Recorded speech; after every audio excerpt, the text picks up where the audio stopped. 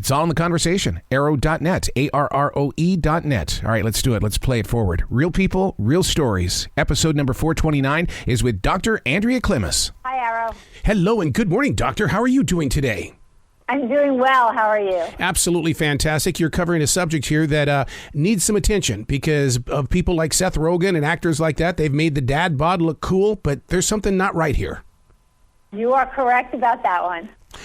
What is it that, and why is it acceptable? Because, I mean, that's what we went through that age where we were all really working hard to keep, in shape. But did the lockdown do this to us? I think it added to it. Besides the media saying that dad bods are okay, we've done some other surveys during COVID, and many people said that they started eating poorly, drinking more, not exercising. So that weight around the middle is the dad bod, right? And, you see that fat around the outside. But the serious part about it is that fat is also inside. It's surrounding your internal organs and increasing your risk for heart disease, diabetes, and even certain cancers.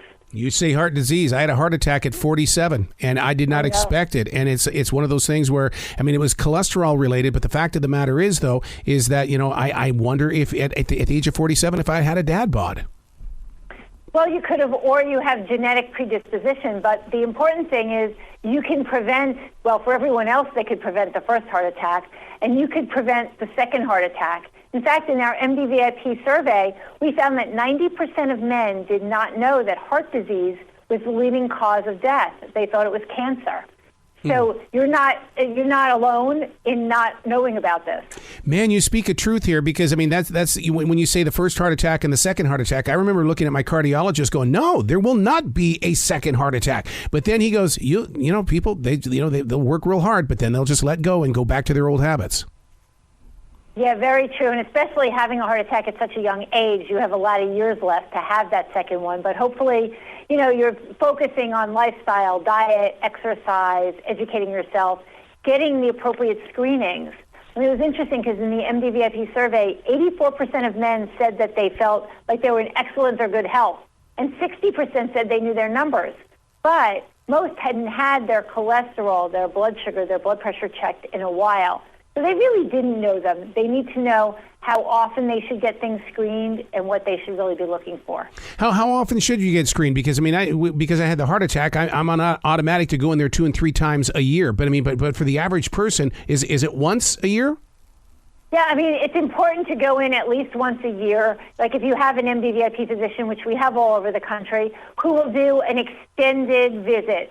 Our doctors will spend 2 hours with you, diving deep into all your risk factors and screening you, not only looking at your cholesterol, and you know this well, good and bad, but looking at your particle number, your particle size. Do you have inflammation? Most of the heart attacks happen with the normal cholesterol. You have to look for inflammation, and that's what kicks off that heart attack or that stroke. So they need to at least be screened yearly for those things and sit down with a physician like an MDVIP physician, make a wellness goals, make a plan, and have that physician work with you to get to those goals. Along the way, should we not be getting kind of reminded as men from our wives and girlfriends that, hey, look, you're getting that dad bod. Let's work on this because, I mean, you know how guys are. We'll do it for the girls, but then, or if they accept the dad bod, we got a problem. It's true. The MDVIP survey showed that 80% of men said their spouse has a great influence on their health.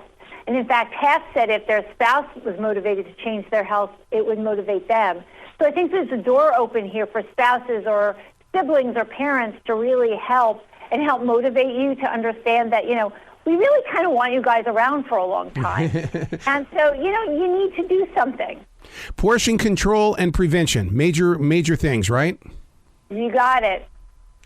How do you get that under control when we have these man caves? Because you know what we're doing inside those man caves. I know, it's hard, but I think if you're actually thinking about yourself and what you need to do, for example, the other night, I was out with my husband and my daughter, and we came home, and my daughter had ordered this hot fudge sundae with homemade hot fudge. Yes. And my husband looked at it, and we got home, and my husband's a sweetaholic, and he said, you don't know how hard it was not to have that. He said, but I'm trying to be good for the two of you. And so if you really want to be there for your family, you want to walk your daughter down the aisle or your son or whoever it is, you really want to be around, you need to focus on things early so that, you can't wait, because for you, unfortunately, it was even too late and you had your first heart attack. Yeah. How important is taking that daily walk with the dog? Because, that's one of the things that I do every morning between 9:30 and 10 o'clock. I always want to make sure I'm on that road with the dog. It's very important to exercise, and then if you work with your MDVIP physician or your primary care physician to understand how much exercise you should do.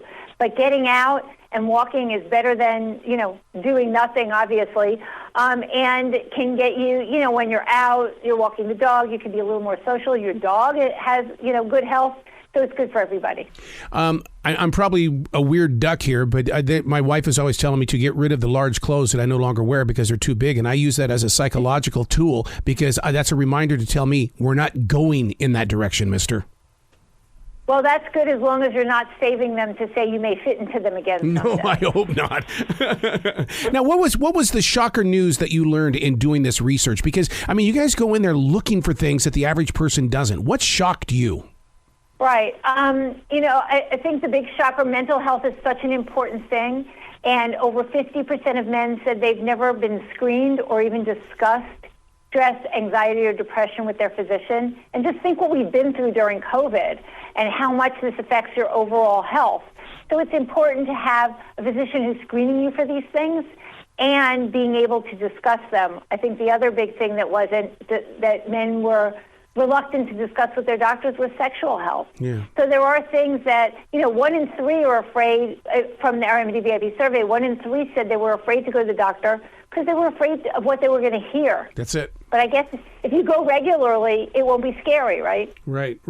I talk about this all the time on my iHeartRadio channel, and that is that the mental conditions of men and stuff like that goes unnoticed. And the reason why is because nobody wants to go to a Zoom call to talk with a professional. And then when you call the doctor, they don't have a room on their list. How can we get men to get professional help without having to do the Zoom call?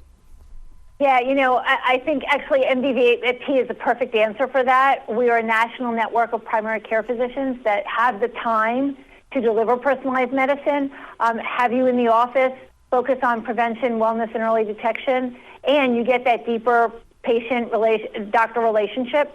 So you really feel like somebody cares and is working with you. And I think then it's much easier to open up about whatever is going on in your life and help you break down those barriers to not exercising or eating right, or if you need some help for depression or anxiety, giving you that. One of the things that you just pointed out is that, and I want my male listeners to understand this, is that if you don't want to become a curmudgeon when you get older, what you just said, doctor, is absolutely a step in the right direction.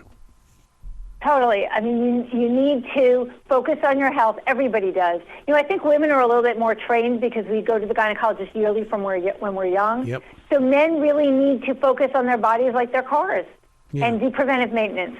Wow. What is the website where people can go to get more information? Because we've created a conversation today, but now people are going to want to dig in and try to figure out how to prevent their dad bod. Well, they can go take the quiz at mdvip.com/men's health IQ.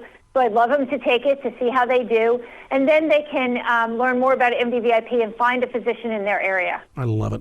Please come back to this show anytime in the future. The door is always going to be open for you.